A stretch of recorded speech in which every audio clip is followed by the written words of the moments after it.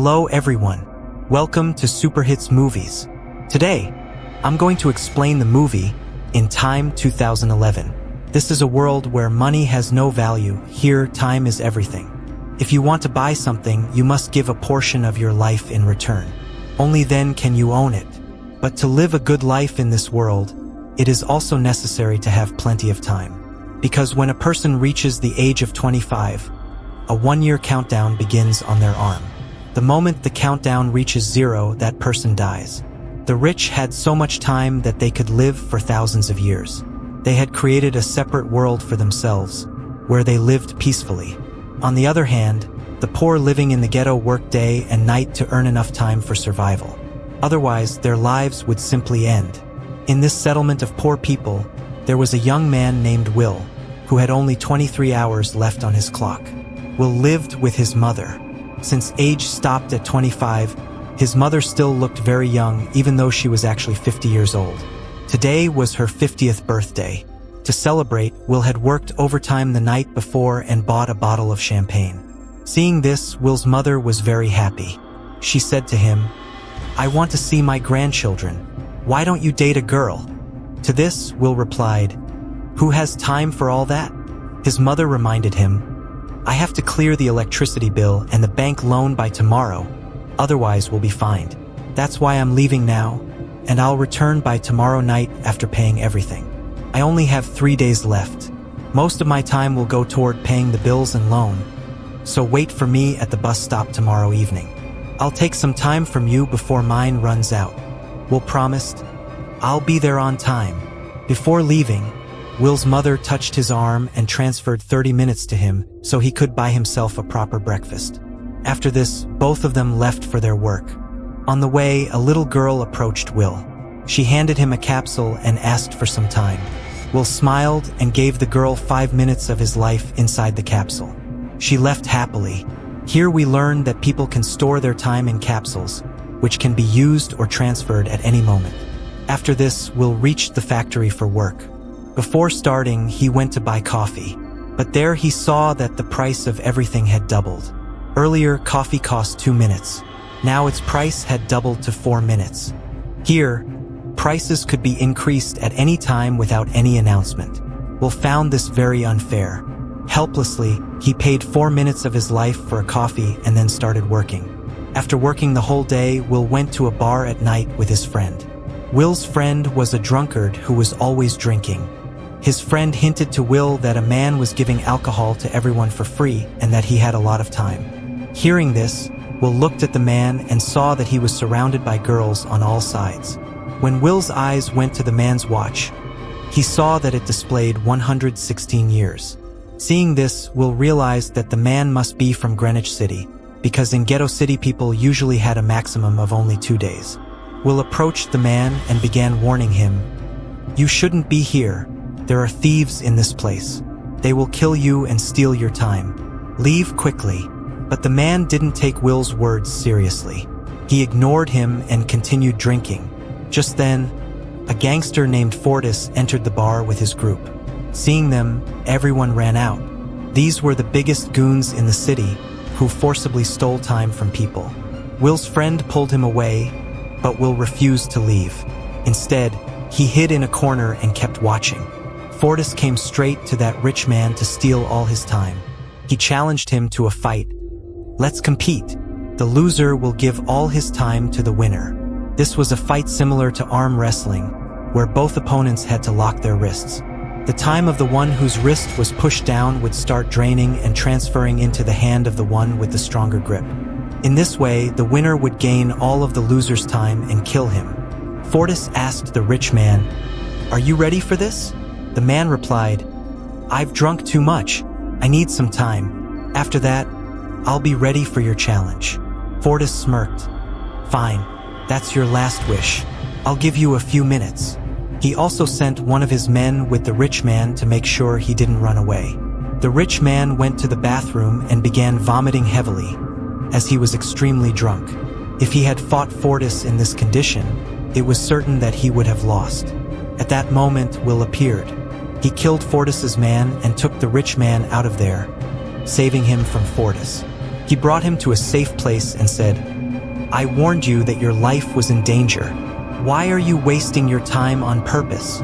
Will asked. The man replied, "My name is Henry. How old are you, Will?" Will answered, 28 years. Henry said, "I'm 105 years old, and now I'm tired of life. I've experienced everything I wanted. I don't need this life anymore. I don't want to live." Hearing this, Will asked in surprise, "What do you mean?" Henry explained, "It seems you're still unaware of the truth. Have you ever wondered why different time zones were created in this world? Why, in your ghetto time zone, prices and taxes rise at any moment. Inflation is deliberately increased so that poor people keep dying, and the rich of Greenwich time zone benefit from their deaths. This entire system was designed by them. Think about it. People in Greenwich have thousands of years to live. But here in the ghetto, you struggle every single day just to survive. That's because they've forced you into this cycle. They don't want to give you more time, so you'll keep working for them out of desperation. They raise prices so that you spend as much of your time as possible. In truth, the rich live forever by feeding off your time. They've built their lives from the deaths of the poor. And I don't want to live such a life anymore. Not one that exists because helpless people die for it." Hearing all this, Will realized that Henry was a very kind-hearted man. Henry then asked him, "If you had as much time as I do, what would you do?" Will smiled and replied, "First of all, I'd stop checking the clock every few minutes, because right now I only have 18 hours left. Whether I'm going to bed, waking up, or eating, I keep looking at my watch. I'm always afraid that my time will run out and I'll die. My mom worked so hard just to keep our house going. If I had as much time as you, I'd buy her a beautiful home in Greenwich City, and we'd live happily together." After that, Will said to Henry, "We'll have to stay here tonight. The danger will pass by morning. Then you can go back home." With that, they both went to sleep. The next morning, Henry woke up while Will was still asleep. He quietly came over to Will and transferred all of his time into Will's body.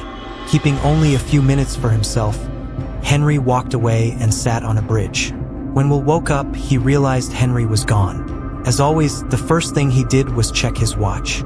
But this time, his watch showed an additional 116 years.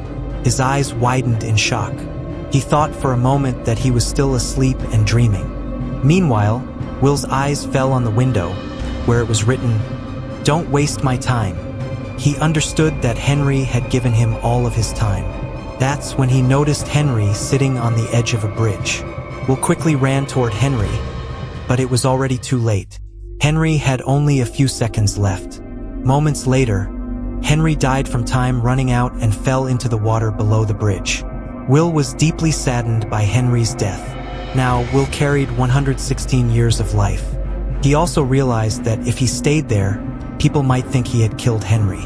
So Will hurried to his friend. His friend was shocked to see so much time on Will's clock. Out of gratitude for their friendship, Will gave him 10 years of his time. His friend thanked him from the bottom of his heart. Will then said, "It's not safe for me to stay here anymore. Anyone could kill me for this much time. I can finally buy a nice house for my mom in Greenwich City, and will live a safe life there."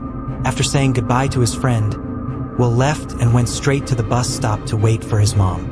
Just 2 days earlier, she had told him, "I'll pay the electricity bill and the bank loan, then meet you at the bus stop." On the other side of town, Will's mom boarded a bus to return home after paying all the loans and bills. But then she discovered that the price of the bus ticket had doubled in just 1 day. Where it used to cost 1 hour, it now costs 2. Seeing this, Will's mom became very worried, because she only had 1.5 hours left. She pleaded with the bus driver, "Please, let me ride. My son will pay you the remaining time at the next stop." But the driver coldly refused. "No time, no ride. If you don't have it, walk." Will's mom knew the next bus stop was very far. Walking there would take at least 2 hours, longer than the time she had left.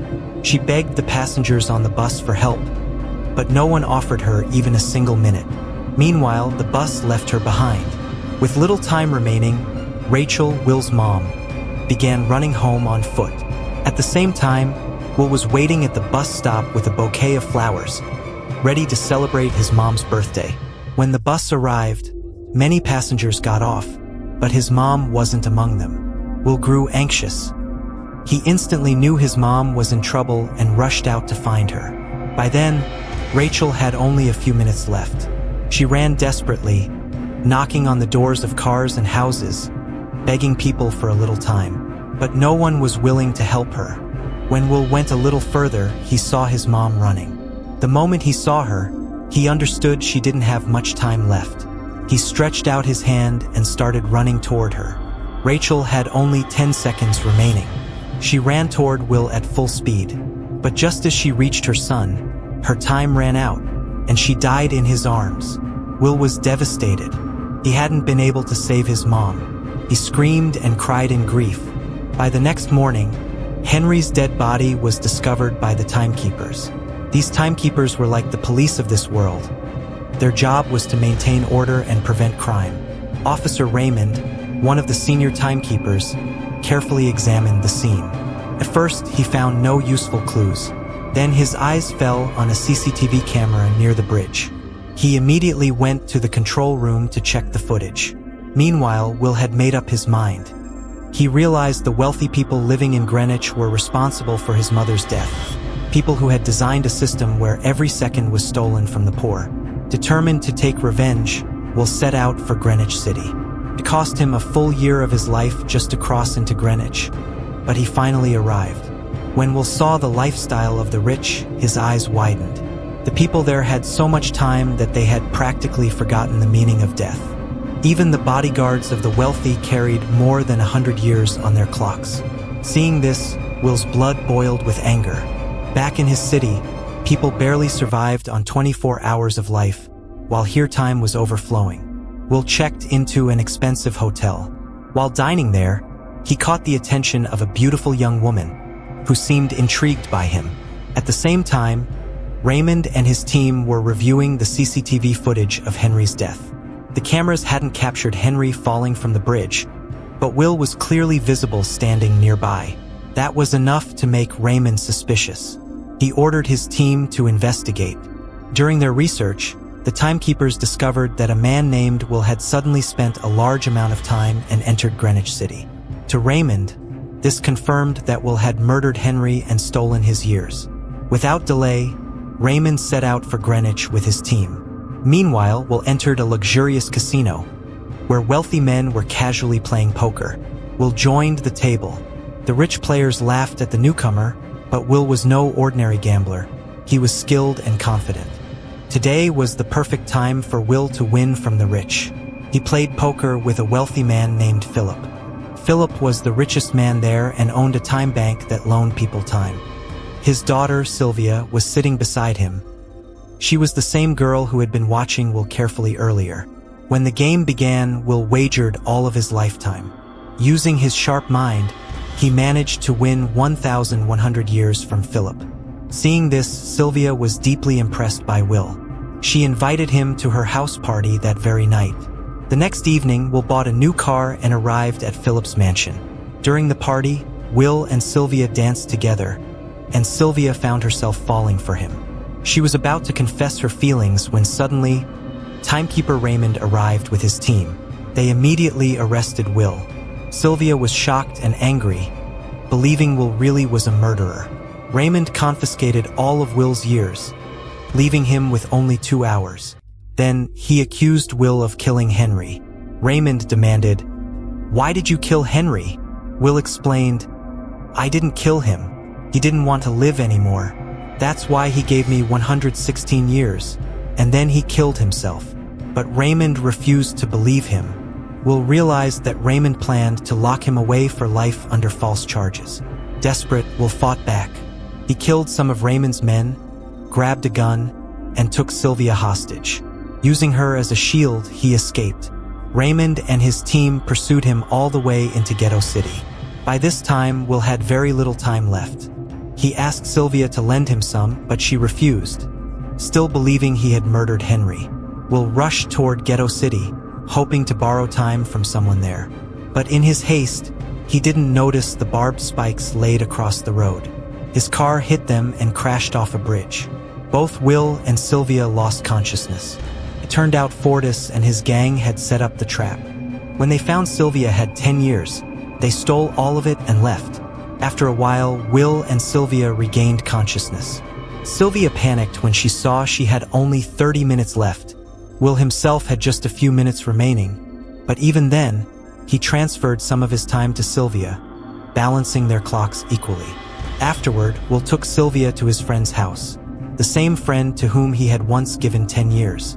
When his friend's wife opened the door and saw Will, she angrily said, "You took my husband's 10 years. He wasted all his time on alcohol, and it killed him." Will felt disappointed hearing this, but now there wasn't much time left. If they didn't act quickly, they could die too. That's when Will noticed the diamond earring on Sylvia's ear. After selling it, Will and Sylvia gained 2 extra days. After that, Will took Sylvia to a phone booth. He called her father, Philip, and informed him that his daughter was safe.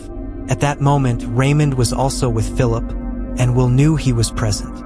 Will demanded 10,000 years in exchange for releasing Sylvia and asked that the time be distributed to the poor through the time bank, giving Philip until tomorrow morning to comply. Although this was a trivial amount for Philip, he refused to give any time to the poor. Will then took Sylvia to his home, where they waited until morning. Meanwhile, Sylvia asked, "Where's your family?" Will replied, "My mother died last night because there was no time." Hearing this, Sylvia felt deeply saddened and realized the harsh reality of life for the poor. She understood how people there lived in constant fear of death and how much effort was required just to earn a single day. The next morning, as soon as the bank opened, Will and Sylvia watched from a window. But the bank still refused to give time to the poor. Sylvia was deeply disappointed, realizing that her father valued nothing above time. She finally understood that Philip wasn't just a businessman. He was the head of the entire system, hoarding years of life from the death of the poor. Seeing Sylvia so disheartened, Will decided to send her back home. He took her to a phone booth and helped her call her father for assistance. Meanwhile, he also handed Sylvia a weapon so she could protect herself. While Sylvia was talking to her father on the phone, timekeeper Raymond quietly arrived and pointed a gun at Will. Raymond was about to shoot when Sylvia, in fear, fired at him first. Will rushed to Raymond. Although the bullet had grazed him, Raymond's hand was bleeding heavily. Will noticed Raymond's watch. He had only 2 hours left. In fact, timekeepers received a day's time as their daily salary. Will realized that by the time Raymond's team arrived, he would likely die from excessive blood loss. So Will took Raymond's car and left. After shooting Raymond, Sylvia was also on the crime list. Although Will told Sylvia that she could get out of all this right away. In Greenwich, Sylvia's life had always been like that of a captive bird in a cage. Her father, Philip, had placed numerous restrictions on her. But now, with Will, she felt a sense of freedom. Here, she was the master of her own will. Sylvia also realized how the people were being mistreated in this city. Now she joined Will in fighting for the rights of the poor. Together, Will and Sylvia began robbing the rich. Sylvia, being familiar with Greenwich City, helped them plan. They decided to steal time capsules from the banks and distribute them to the poor. Sylvia first targeted her father Philip's banks, as he had hoarded all the time collected from the deaths of the poor. They packed all the stolen time capsules into bags and began distributing them to the needy. After such a major heist, the government became fed up with them. They even offered a 10-year time reward for capturing them. When gangster Fortis heard the news, he started hunting them like a predator. But Will and Sylvia kept changing locations daily to avoid being caught. They stayed in a hotel and, since they had ample time, booked the entire place. Fortis went to the city to gather information. He caught some people and questioned them about Will and Sylvia. These people, grateful to Will and Sylvia for past favors, refused to reveal their whereabouts, even under threat of death. However, when Fortis pressured them relentlessly, one person, fearing for their life, revealed the hotel where Will and Sylvia were hiding. Fortis immediately went there with his gang and captured them. Now escape seemed impossible. Fortis placed Will on a table and challenged him to a time fight. Will realized that if he refused, Fortis's gang would kill him. So he decided to fight. Fortis and Will clasped each other's wrists, and the deadly game began.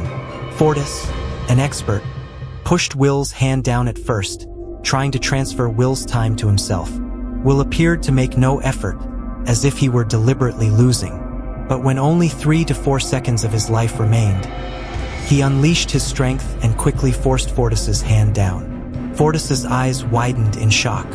He struggled to lift his hand but was no match for Will's power. Meanwhile, Fortis's men were fixated on their leader's watch, unaware that their boss was about to die. Seizing the moment, Will took a gun from his shoe and shot all of Fortis's men in an instant. If he hadn't, they would have killed him. With this, Fortis's time reached 0 and he died. Will and Sylvia quickly ran away. Meanwhile, they saw that the rich had manipulated the system again. The time that Will and Sylvia had distributed to the poor had become worthless because the rich had inflated prices many times over. Will felt defeated and thought he would never be able to give the poor their rights. He told Sylvia that everything was over. "No matter how many years we distribute," he said, "the rich will just increase inflation so the people's situation can never improve." Sylvia replied, "There must be a way," Will said. "Then we will have to steal millions of years and give them to the people. Only then can we control inflation." Although it wouldn't be easy, Sylvia had a plan. The next morning, when Philip arrived at his office with his bodyguards, Sylvia approached him and said that she wanted to surrender. All the guards aimed their guns at her, but Will, hiding behind them, appeared and pointed a gun at Philip's head. He opened the locker and stole a time capsule containing 1 million years of time. Every year in that capsule had been collected from the deaths of the poor. Will and Sylvia escaped with the time capsule. When Raymond discovered this, he immediately pursued them. Seeing the watch on his wrist, Raymond realized he had less than an hour left. He called headquarters and asked them to send him his salary capsule. But before he could transfer the time to his body, he spotted Will's car and chased them immediately, risking his life. He knew that if the poor received 1 million years, everyone in the ghetto time zone would become immortal, and the entire system of the rich would collapse. Will and Sylvia outsmarted Raymond, reached the ghetto city, and handed the time capsule to a girl. Knowing that Raymond would follow them there, they left and went to a deserted location. There, they distributed the years to immortalize the people of Ghetto City. However, they themselves had very little time left. Unfortunately, Raymond caught up with them. He threatened Will, saying, "If you value your life, return all the stolen time." Will showed him his watch. He and Sylvia had only a few minutes left. "Have you forgotten?" Will said. "Remember when you were about to die? I lent you some time. Now it's time to return it to me." Hearing this, Raymond remembered that, in his hurry to catch Will and Sylvia, he hadn't monitored his own time. When he checked his watch, he had only 5 seconds left, which quickly ran out. Raymond died instantly. Will and Sylvia were saved from Raymond, but now they had only 1 minute left. On top of that, there was no one to help them in the deserted area. They could clearly see their death approaching. Both of them were disappointed and hugged each other. Then Will noticed Raymond's car. He immediately ran toward it, reached it, and transferred Raymond's salary time to his own watch. After that, he ran toward Sylvia to give her time. Sylvia was also running fast toward Will. She had only a few seconds left. It felt just like when Will had lost his mother. Will had lost his mother, but he did not want to lose Sylvia. He was very close to her. Just in time, Sylvia fell into Will's arms, and luckily, he held her hand, saving her life. Because of Will and Sylvia, all the people of Dayton were now immortal.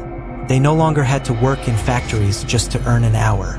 Everyone set out for Greenwich City to fulfill their dreams, breaking the system created by the rich. And with this, the story ends. If you liked the video, make sure to subscribe to our channel and like the video. I hope you liked this movie. If so, then please hit the like button and subscribe to our channel for more such exciting content. Till then, stay safe and keep enjoying.